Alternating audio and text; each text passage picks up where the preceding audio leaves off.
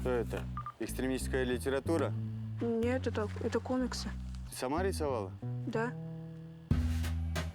Эй, толстушка, ты талантлива. Тебе надо учиться. Я в вашей школе учиться хочу. Это школа для интеллектуалов. Учеба! Мечта! Кому нахер нужна твоя мечта? Что делал бы Дон Кихот, если бы не сошел с ума? Ты о чем вообще? Экстерном сдашь экзамены и поступишь в академию. Я же не училась за месяц, что я успею? Тебя будет учить лучший учитель. Так для чего нужны знания? Больше знать о жизни? Не надо банальность. Знания нужны человеку. Деньги отрабатывать надо. Нас депортируют. Это ты быстро сдулась, толстушка. Выбирай. Семью или будущее? У тебя еще и жена есть? Была. Да я тебе помогаю.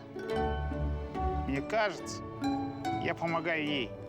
Воображение помогает нам воспарить над тем, что мы потеряли. Искусство – это конфликт. Искусство – это протест. Если тебе не нравится твоя реальность, а ты можешь создать новую.